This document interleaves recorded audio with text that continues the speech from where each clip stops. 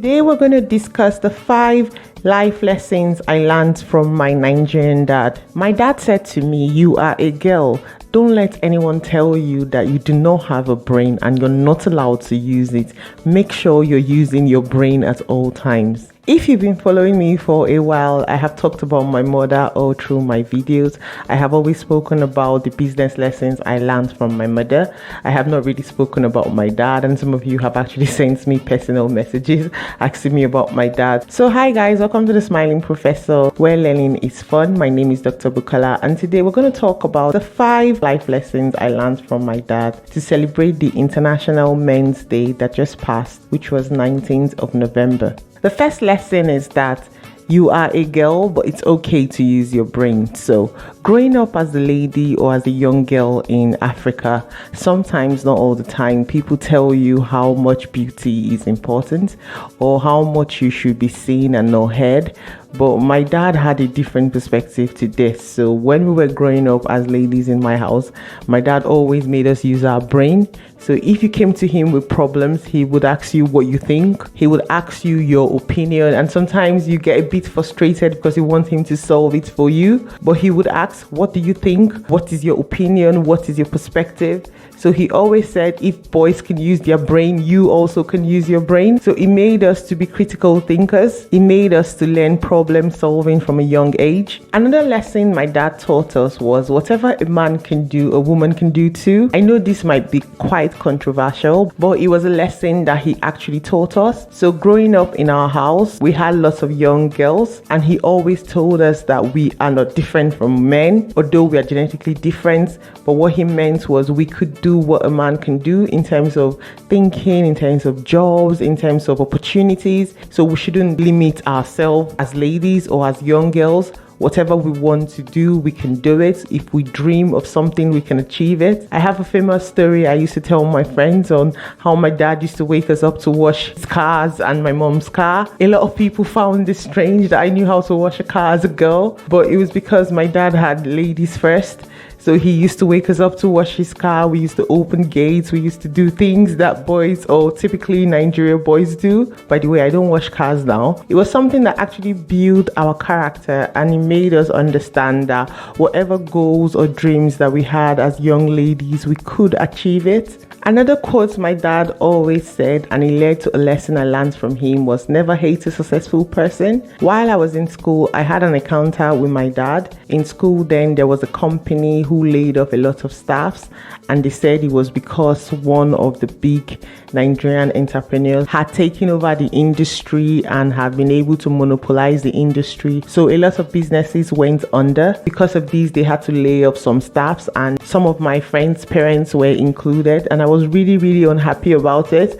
And I remember having a conversation with my dad and telling him that I didn't like the fact that a lot of people were laid off, and this led to unemployment for some of my friends' parents, and I didn't like this successful businessman. And my dad turned to me and told me, never hate someone who is successful. There's a reason why he became successful. I was really surprised by this because as a young girl, I was really emotional about it. And he said, it is time to put on your logical brain. You need to understand why he was able to beat his competitors out of the market. You need to think about that. You need to think about the strategy that he used. You need to think about how he has been able to do this. You need to understand the steps involved. That was a conversation that a young girl such as myself had to think about for a couple of days because I was really surprised by his response. But later on, I pondered about his response and I realized that it was actually true. Although I wasn't happy with what has happened to my friend's parents, but understanding the business is a very competitive space,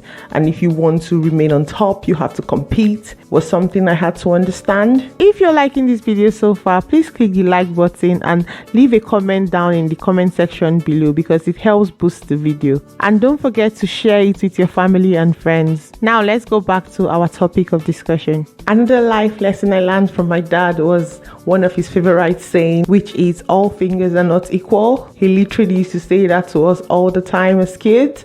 Growing up, every time we went to meet him for something really extravagant, he always told us all fingers are not equal. But he didn't end there. He said this was okay. So you need to make sure that you are spending within your means. So my dad used to be comfortable enough to tell us if we're asking for something that was really expensive, I cannot afford it. So my friends nowadays are really surprised when I turn to them when we're about to buy something or go somewhere, or they ask me and I turn to them and go like, I cannot afford it. It was something I was really comfortable with as a kid, because though my father took care of us, as most of you know, my father paid for most of our tuitions and things. He was comfortable enough to tell us when he couldn't afford something. And this was a very important lesson that we learned as kids. It's okay sometimes to get the things you need and sometimes the thing you want. But my dad made us understand that you cannot get everything you want. So this is a lesson I learned from my dad that has carried me on. Another very important lesson I learned from my dad was it is your responsibility to take care of yourself. So I was quite young when I left my home country, Nigeria, for studies, my undergraduate degree. And when I was leaving, one of the things I can remember my dad saying to me, because I was less than 18, was, you need to understand, I'm sending you to another country that is not your home country.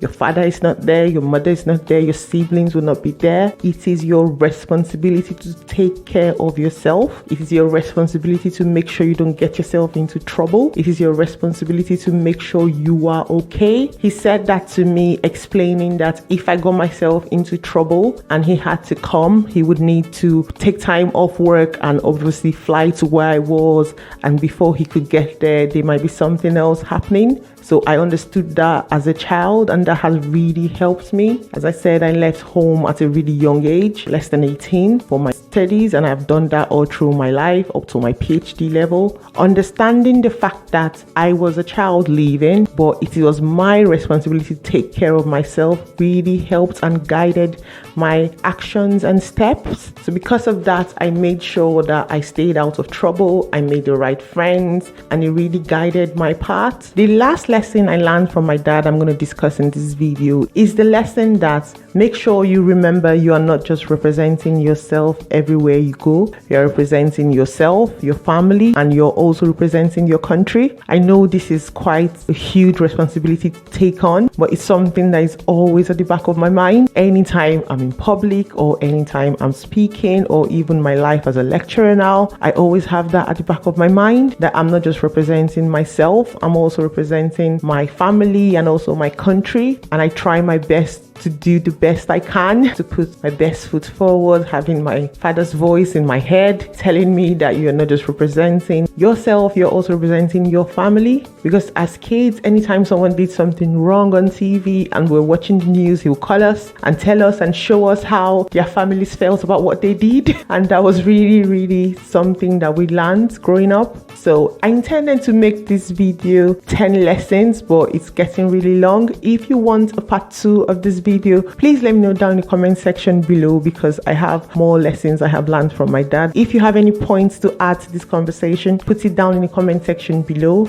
My dad is a really private person. If not, I would have put his picture up in this video the way I did for my mom, but he doesn't want his name or his picture out there, and I respect his decision. And whatever I am today, I know apart from God, my family played a big role, and also my friends. So this is where I'm going to end the video today. If you want more videos like this, please let me know down in the comment section below. If you're new to my channel, welcome. Thank you for being here. We discuss business and motivational topics. If you are a returning subscriber, thank you so much for being here. Don't forget to like my videos and subscribe to my YouTube channel. Also click the notification bell so you always know when I upload. Thanks guys. See you next week. Bye guys.